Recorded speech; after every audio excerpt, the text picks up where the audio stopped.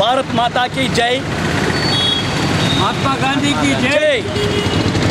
మన స్వతంత్రం సాధించడానికి మహాత్మా గాంధీ మరియు ఎందరో వారి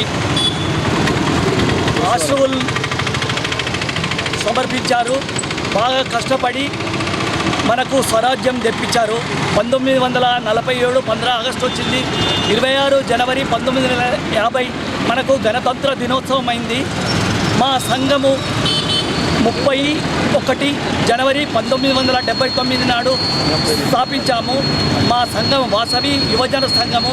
అప్పటి నుండి కూడా ప్రతి సంవత్సరము 30 జనవరి రోజు మహాత్మా గాంధీ వర్ధంతి ఘనంగా జరుపుకుంటూ వారి సేవకు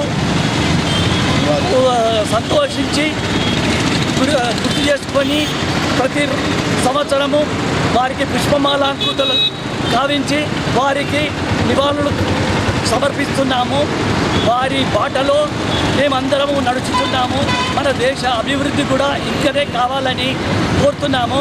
మహాత్మా గాంధీకి జై, వాసవి యువజన సంఘంకు జై.